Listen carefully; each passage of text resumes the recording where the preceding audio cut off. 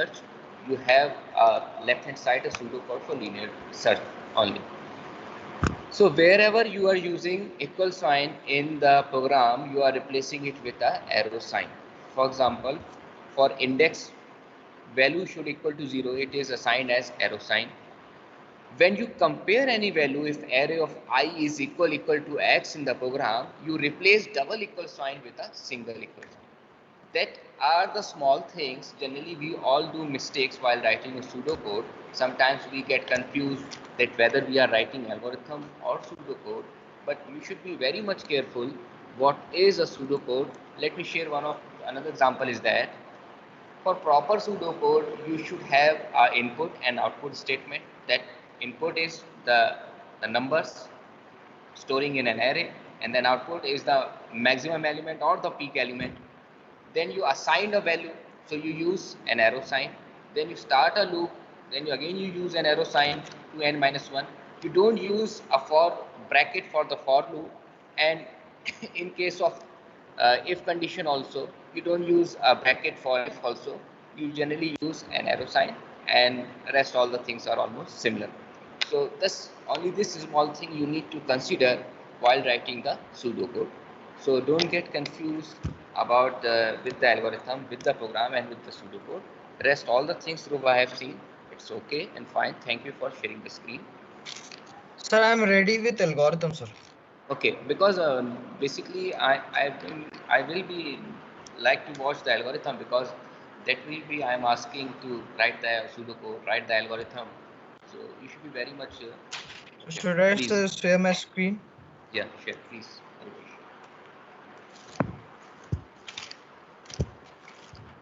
Sir, is it visible? Yeah, it's visible. Sir, here I've written 7 steps in algorithm for printing a Fibonacci series, which is basically a sum of two previous terms. Sir, first I have considered it that variable a and taken 3 variables a, b, and c. Sir, am I audible? Yes, you're Hello. audible. Okay. Sir, I have taken 3 variables a, b, and c, and I've considered and pre-assumed that no one has entered 0 in a, b, and c. Means I have two integers a, b with a specific number. So step 1, I have taken an integer variable a, b, and c, and in step 2, I have put a and b is equal to 0 and displace a and b. And step 4 is c is equal to a plus b. If the number is if the user enters a number a and b is suppose a and b as some any integer, then I'll put that number in that variable a and b and displays a and b that the user has entered. Then in step 4, c is the sum of two previous terms and we display some c. And then what I did is I just swapped the numbers. This a is equal to b and b is equal to c. Oh, not swapped actually. I have moved one step further. Then a is equal to b means the b will now be containing the variable sum. That means third variable which we calculated from step 5, and a will be moved to the second variable b, and we'll repeat this process for the n times that the user input that display the Fibonacci series for n terms. Like that we'll till then we'll that what we will repeat this steps. I need to give my input on this. Okay. Very well written. A proper way of writing the algorithm. You have the steps, and everything is explained with English keywords. So, see, this is not the session to just giving someone that he is good or he has now win the highest marks. This is the session to share your knowledge, to find what we are doing wrong while writing algorithm and pseudocode. So please, all of you participate in this. And he has written very well the steps of the algorithm with the English keywords, not using the proper syntax of a program. So can you share your pseudocode also? Just a minute, sir. Let me share it. Excuse me, sir. Please. Sir, here it is, sir.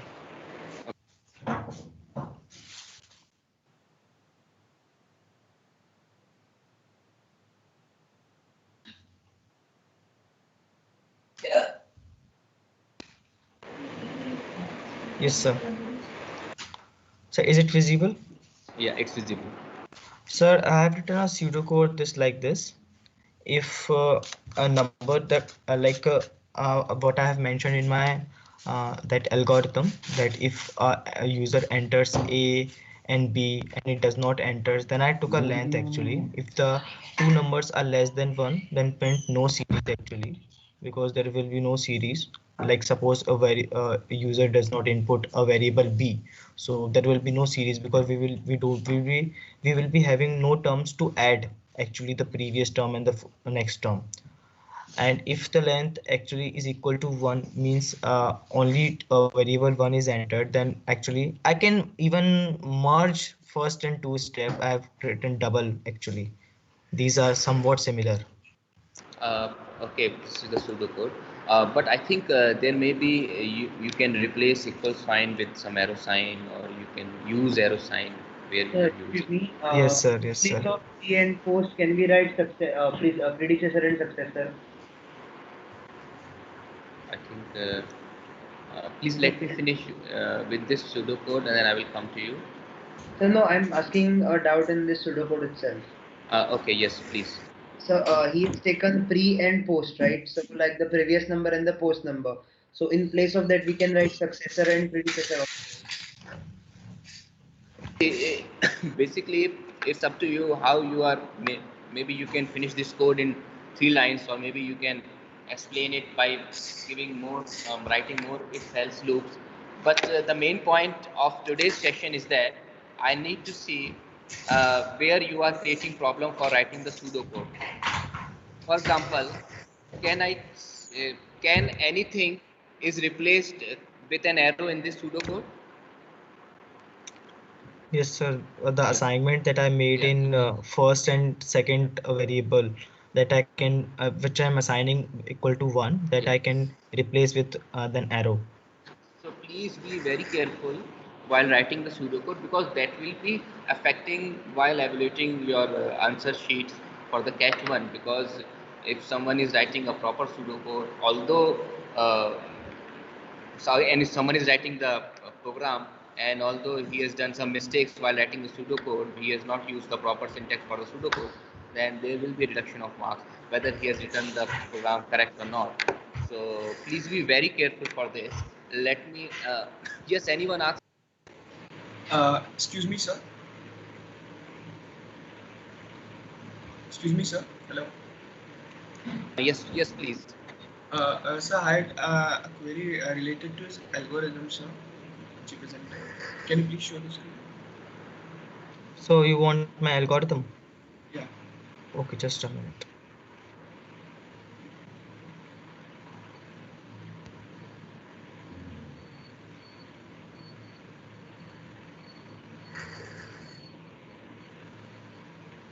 So basically, the point was, he has initialized the variables as 0, 0, sir. So it could be easier if we assign the values as 1 and 1, sir. And then as a third variable C, which could be adding both A and B.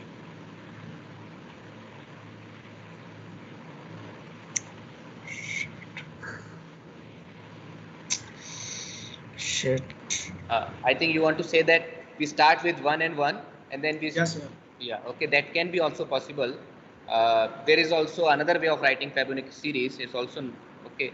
See, Sir, Cause he has written 0, 0, and he has also declared a variable C which adds A and B. So if the initial values are 0, 0 only, sir, so how will it means according to his pattern, sir?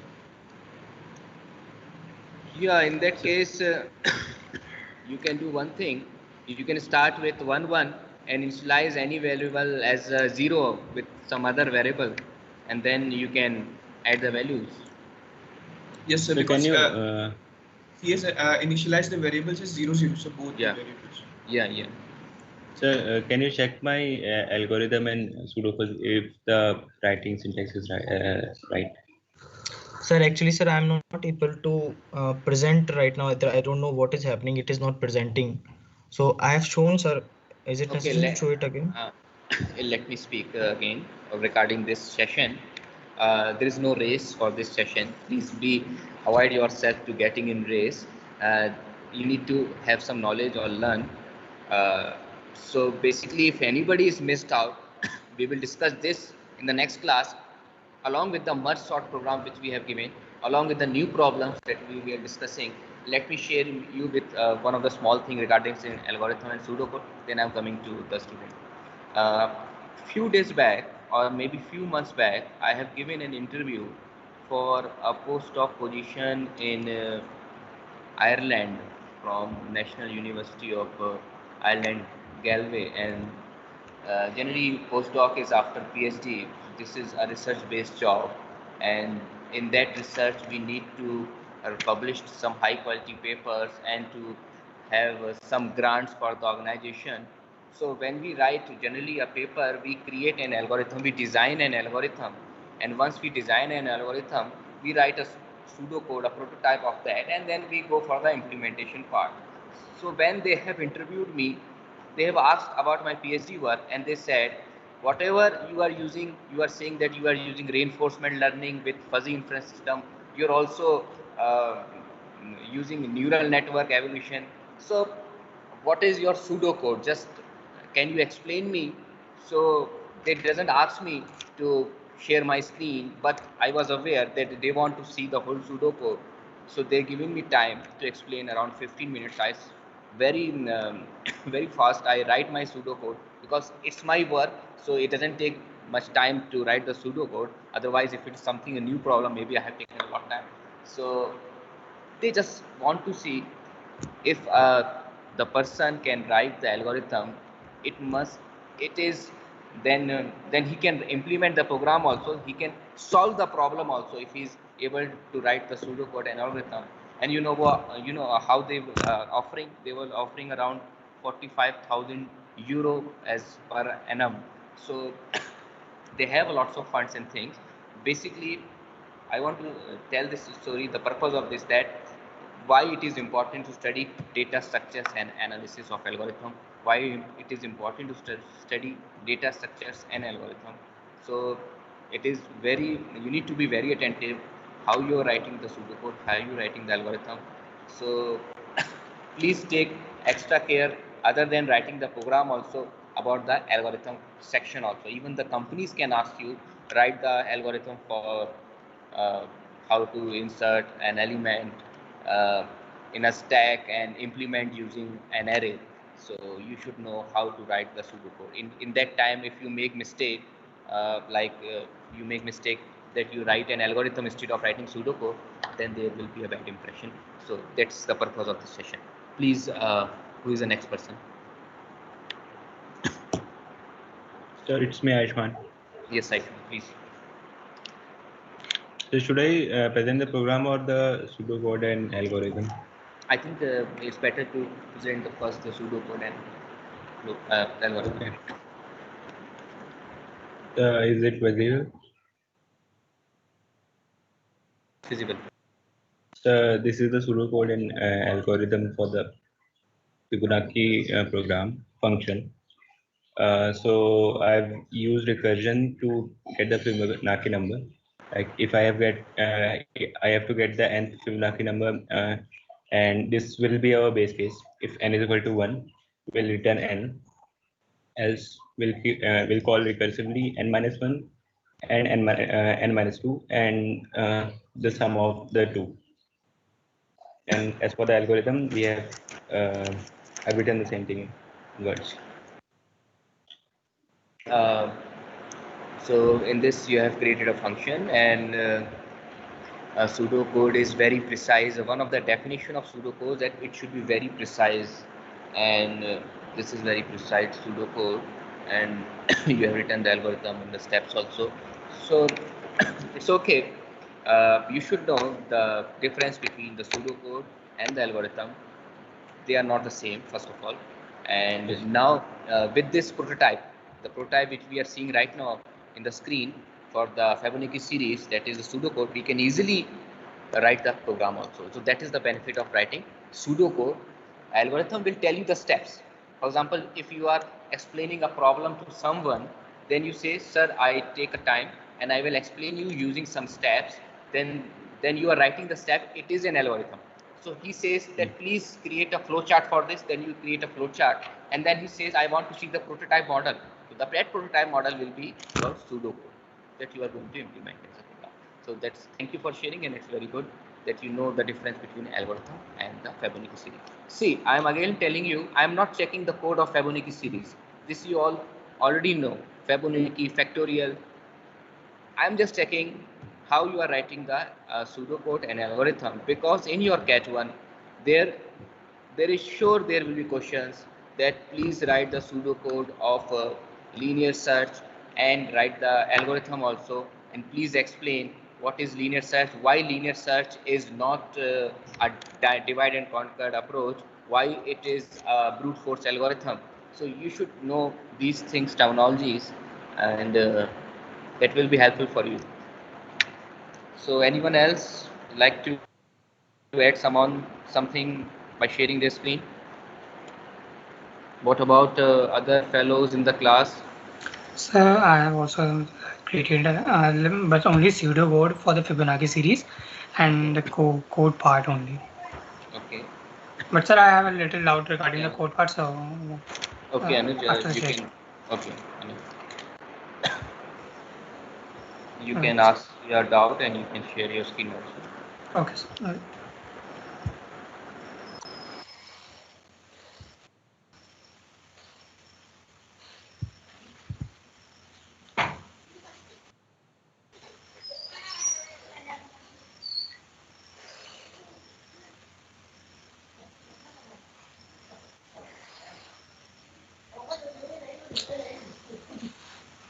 Wait.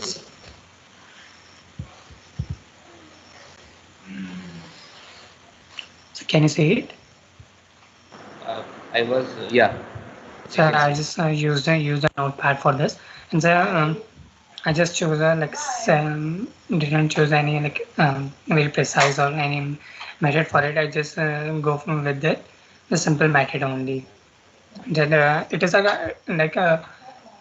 so according to me, like what I have studied before, I just only learned about this, that pseudocode gives you like a template for your original code, but it must be like specific in case. So I just chose this one, like first it is beginning, and then there's a function name that you are going to um, use, and there will be an argument, and this is a like a comment that I use, and that argument is the range of the series. And then like at first it is going to print simply 0 and then 1. Then we have to like declare and initialize two values, which is value 1 which will be equal to 0 and value 2 as equal to 1, because with these we have to continue our whole Fibonacci series. And then there will be a starting of the loop in which we can declare a temporary value, even though it is not like much in need, but you can also do it. So I prefer the temp method, and then we are adding value 1 and 2 and then storing it to temporary value, and later we are updating the value 1 and 2 with these value, so that the series can continue. And this whole for loop will continue for from 0 to argument, like the range of the series minus 2. Like it will be actually this is an argument minus 3 in real sense, but as we use in the Python, that what is the range, maximum range of it, the iteration go one less time than that. So I just prefer the argument minus 2, because two values has already been printed. And then later I just created a main function in which you can see this. Later you have to ask, and using print later, if user can give the maximum range of the series, and then you have to store that value in the any variable r, and then you have to simply call the function. So on that note. Okay. Thank you for sharing the screen, and I'd like to say something on this, Anuj. Okay. Very precisely, it is also written. And see, by seeing this code, you can easily differentiate that it is a pseudocode. It is a kind of prototype for writing the program itself. So when you are writing the problem or when we are solving the problem in the catch one, maybe I can neglect the few things you have left writing in the pseudocode, but Yes, sir. but if it looks like a pseudocode, I will be giving marking on that. So it should look like a pseudocode, it should not look like an algorithm. And this is a very good example given by Anuj by writing the pseudocode for the Fibonacci series also. Thank you, Anuj, for sharing the Okay, screen. sir. Okay, sir. Okay, now let me say something more about this session. Those who are left to present this activity and the previous activity, that is merge sort, we will be continue in the next class. I will be giving you like this some more problems for your practice problems in the catch one, and we will be solving those problems. So these things will be go like this. There is a little time has gone for entry ticket, which is entry ticket is cancelled from now onwards. There will be no entry ticket. Their attendance I will download from the Microsoft team. So we will directly come to the practice problem from the next class itself.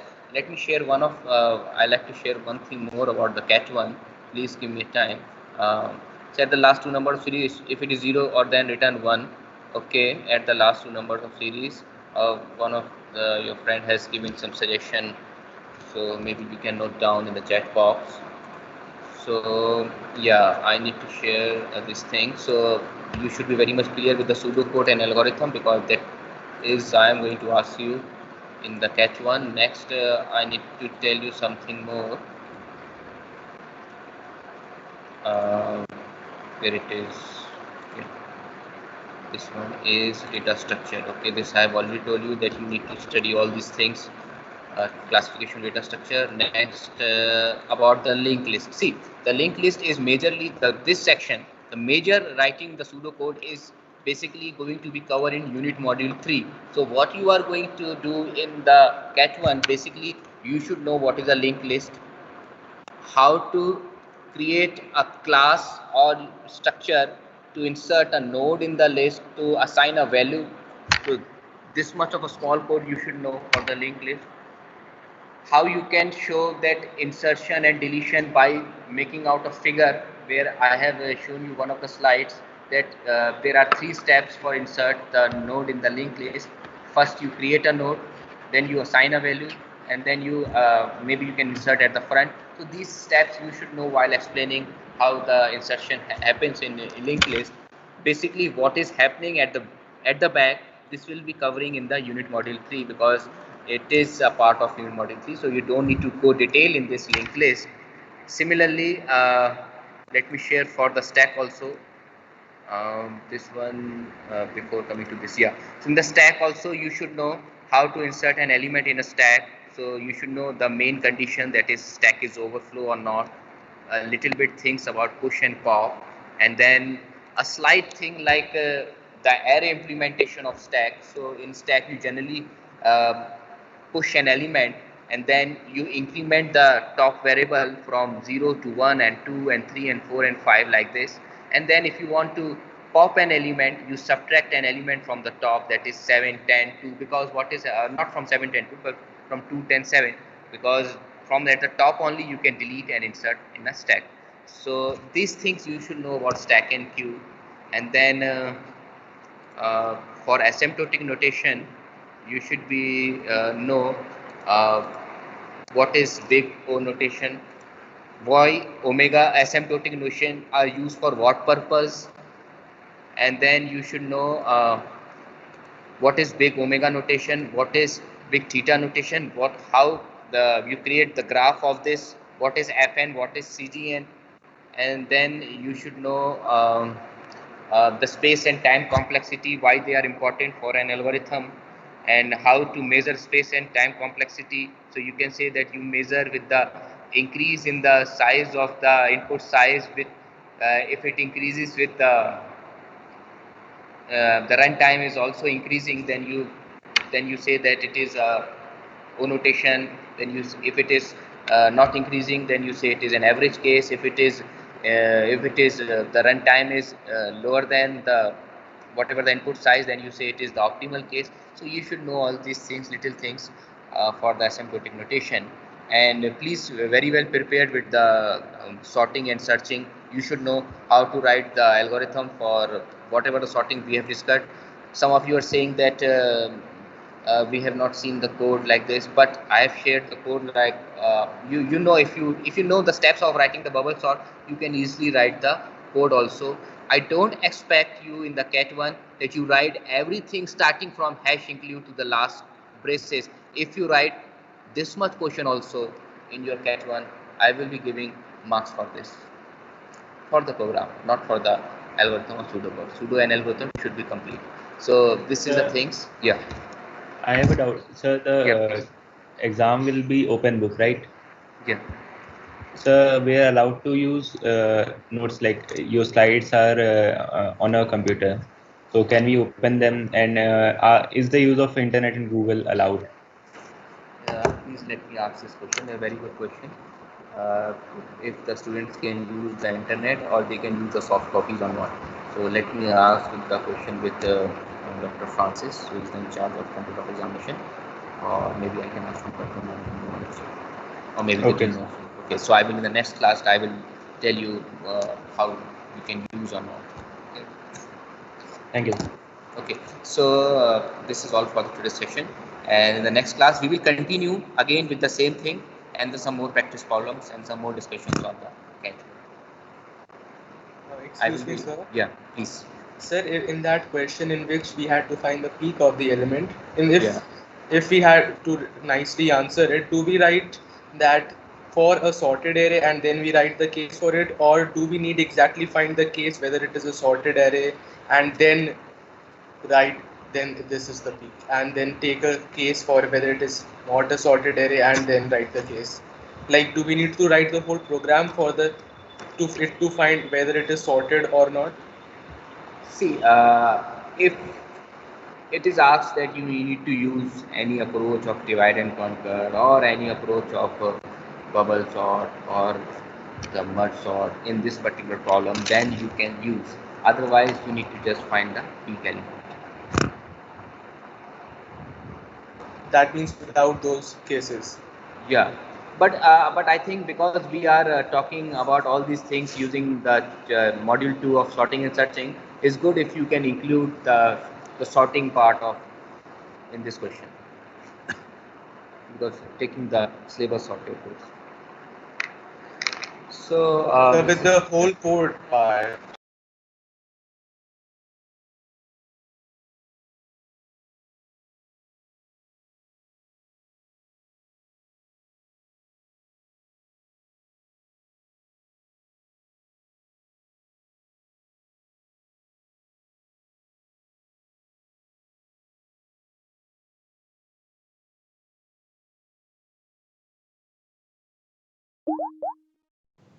In this question, why do we need to sort the elements? Like, there is no need to sort the elements.